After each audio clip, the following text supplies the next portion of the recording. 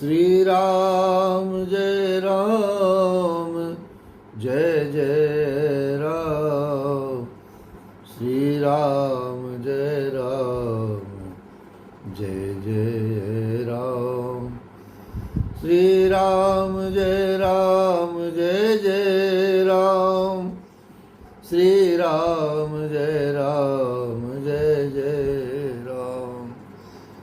श्री राम जय राम जय जय राम। श्री राम जय राम जय जय राम। श्री राम जय राम जय जय राम। श्री राम जय राम जय जय राम। श्री राम जय राम जय जय राम।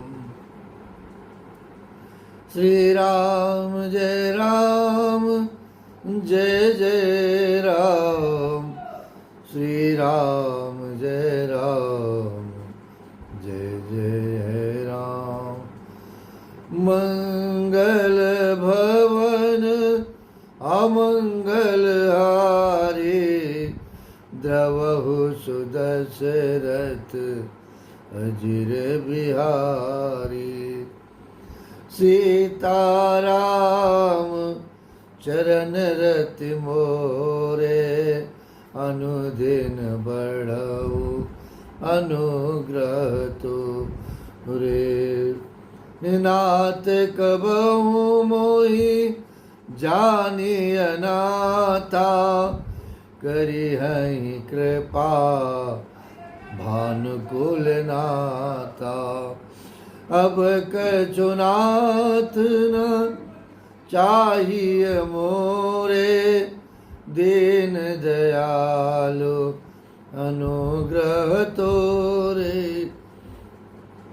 अब प्रभु कृपा करो यही भांति सब तज भजन करो दिन राति। सब तज भजन करो दिन राति। अब कछुनाथ न चाहिए मोरे दीन दयालु अनुग्रह तोरे। श्री राम जय राम जय जय राम। श्री राम जय राम जय जय राम। मेरे प्रभु दीनानाथ करुणा निधान श्री कनक बिहारी सरकार, मेरे श्री राम लला सरकार की कृपा से ये जीवन का आनंद, मेरे सदगुरुदेव जी महाराज की कृपा से इस जीवन में जो आनंद भरा हुआ है, जो भरा गया है, माँ जगत जननी जगदम्बिके माँ जानकी जी की कृपा, उनका प्रेम, उनका लाड़ और उनका दुलार हम सभी के जीवन पर जो बरस रहा है वो सदा इसी प्रकार से मिलता रहे। इसी प्रार्थना के साथ, इसी निवेदन के साथ हम सभी मेरे प्रभु के चरित्र के गुणगान में, उनकी कथा के श्रवण में अपने मन को लगाए रखें और उनके चरणों में नित्य प्रति प्रेम बना रहे। और जब प्रभु के चरणों में प्रेम रहता है तो ये संसारियों के प्रेम में हम ज़्यादा फंसते नहीं हैं महाराज। बस कृपा सिद्ध बलि हनुमान जी महाराज की चाहिए, सदगुरुदेव जी महाराज की चाहिए। और वो कृपा किस प्रकार से होनी चाहिए कि हर पल तुम्हारी याद आती रहे रागो आती रहे। हर पल तुम्हारी याद आती रहे रागो आती रहे। तेरी छवि मन को लुभाती रहे। छवि मन को लुभाती रहे, हर पल तुम्हारी याद आती रहे, रागो आती रहे, हर पल तुम्हारी याद आती रहे, रागो आती रहे।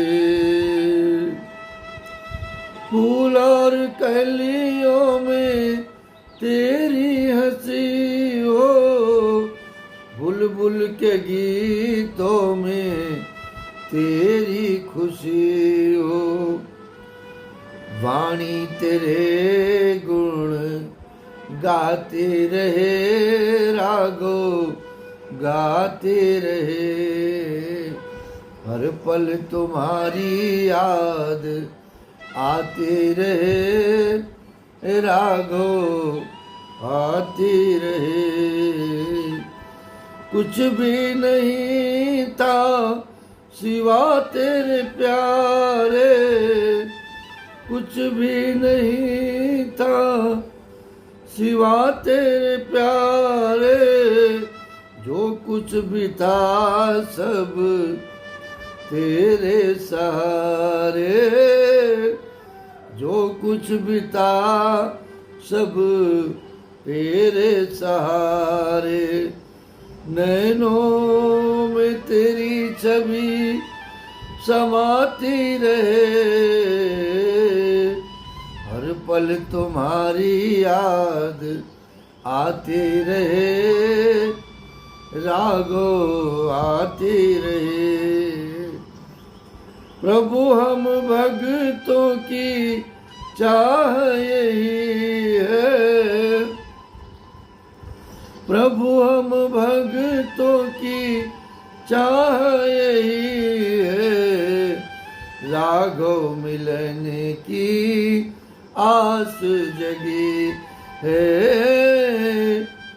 राघव मिलने की आस जगी है, जीव्या ये तेरा नाम गुनगुनाती रहे, हर पल तुम्हारी याद आती रहे, रागो आती रहे, तेरी छवि मन को, मेरे कनक बिहारी सरकार, तेरी छवि मन को लुभाती रहे, हर पल तुम्हारी याद आती रहे, राघो आती रहे।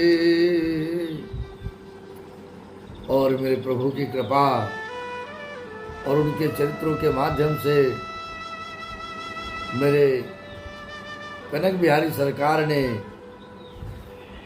जब माँ जगत जननी जगदम्बे के माँ जानकी का दर्शन किया है और सीता स्वयंवर में पधारे हैं, तो प्रभु के जीवन में आनंद आया है। और जैसे कि एक अवस्था होती है, हालांकि प्रभु की अवस्था तो बहुत ही कम है, लेकिन हम सभी के लिए भी ये जो जीवन के जो सोपान निर्धारित हैं, बाल्यावस्था, युवावस्था, प्रौढ़ावस्था, फिर इस जीवन में भजन की अवस्था। लेकिन वो भजन की अवस्था क्या होनी चाहिए? जब कभी भी आपके मन में भगवत कृपा जागृत हो जाए तो भजन की अवस्था वही है, सत्कर्म की कोई अवस्था नहीं होती महाराज। तो सतानंद तब आय सुदीना, सीता गमनो राम पही की नाव। सतानंद जी ने आदेश दिया तो माता सीता आई हैं, सीता गमन राम पही की नाव। कितना सुंदर नाम है सीताराम। और यहाँ पर गोस्वामी जी ने सीधा सीधा नाम लिखा है, सीता गवन राम पही कीना। मानो गोस्वामी जी बताना चाह रहे हैं कि सीता राम जी का विवाह कोई आज का थोड़ी हो रहा है, ये तो अनादिकाल से एक दूसरे के संग हैं, सुख दुख के साथी हैं, पति पत्नी हैं और बड़ा ही प्रेम है इस जीवन में, अनादि तत्व है। इसलिए सीता और राम शब्द का प्रयोग किया है। सीता जी के हाथ में जयमाल है। सखियां सुंदर सुंदर गीत गा रही हैं। सीता जी धीरे धीरे राम जी की ओर बढ़ रही हैं। सखियां बड़े भाव के साथ गीत गा रही हैं। सीता माता जयमाल लिए खड़ी हैं, हाथ ऊपर नहीं उठ रहा है महाराज। भगवान नीचे झुक नहीं रहे हैं, या तो भगवान नीचे झुक जाएं या तो हाथ ऊपर उठ जाए। सीता माता के हाथ प्रेम से वशीभूत होकर ऊपर नहीं उठ रहे हैं। अब भगवान राम सोच रहे हैं कि हम क्यों झुकें। अब सखियों ने सोचा कि अब क्या किया जाए, कोई न कोई उपाय तो करना पड़ेगा। सखियों ने एक उपाय निकाला और कहने लगी, अरे अरे जयमाल पड़ गई, जयमाल पड़ गई। भगवान राम ने देखा कि कहाँ जयमाल पड़ गई, और जैसे ही देखने के लिए भगवान ने थोड़ा सा मुख नीचे किया है, चेहरे को अपने आभा मंडल को नीचे किया है, वैसे ही गावहि छवि अव लोक सहेली, सिय जयमाल सिय जयमाल राम उर्मिले, सिय जयमाल राम उर्मिले। मनोहर छवि देख करके सखियां गाने लगी। जैसे ही मुख नीचे किया और उसी समय सीता जी ने भगवान के गले में जयमाल डाल दिया महाराज। बोले सीताराम भगवान की, सीतारामचंद्र भगवान की जय। सीताराम जय जय श्री सीताराम। सीताराम सीताराम सीताराम कहिए, जाहि विधि राखे राम ताहि विधि रही। आज हमारे, जैसा कि आप सभी को ज्ञात ही है, इस भारत माता के छाती को विदीर्ण किया था राक्षसों ने, हमारी सनातनी परंपरा को दाग लगाया था और 28 सपूतों की जान ले ली थी महाराज। आज उसका बदला भारत माता के वीर सपूतों ने लिया है। यही है चरित्र मेरे प्रभु का, मेरे भगवान राम का, कि राक्षसों से इस धराधाम को समाप्त कर देना है और सनातन कभी किसी को कष्ट नहीं पहुंचाता। सनातन की तो परंपरा है कि सर्वे भवन्तु सुखिना, सर्वे सन्तु निरामया, सर्वे भद्राणि पश्यन्तु मा कश्चित् दुःख भाग भवेत्। इस धराधाम पर सभी लोग, सभी प्राणी सुख से रहें, शांति से रहें और निरोगी रहें। लेकिन यदि राक्षसी प्रवृत्ति पैदा हो जाती है धराधाम पर, तो उसका अंत भी प्रभु श्री कृष्ण ने महाभारत करके सिखा दिया है कि प्रतिकार करना आवश्यक है, नहीं तो आने वाली आगे की पीढ़ियां आपको क्या कहेंगी। मेरे उन वीर सपूतों को आज बहुत बहुत सादर प्रणाम है, धन्यवाद है कि उन्होंने असहाय लोगों की जान लेने वालों को आज पराक्रम दिखाते हुए केवल एक थोड़ा सा संकेत मात्र किया है कि भारत माता का लाल वीर सपूत हर क्षण अपनी भारत माता के लिए प्राण न्यौछावर करने के लिए तैयार रहता है। इसलिए कभी भारत माता को कमजोर मत समझना। यही है मेरे प्रभु मर्यादा पुरुषोत्तम भगवान राम का जीवन, कि हम किसी को छेड़ते नहीं हैं, लेकिन यदि किसी ने छेड़ा है, निर्दोष लोगों को मारा है, तो उन्हें कभी छोड़ा नहीं जाएगा। इसी प्रसंगों में जो एक चरित्र आता है भगवान परशुराम का,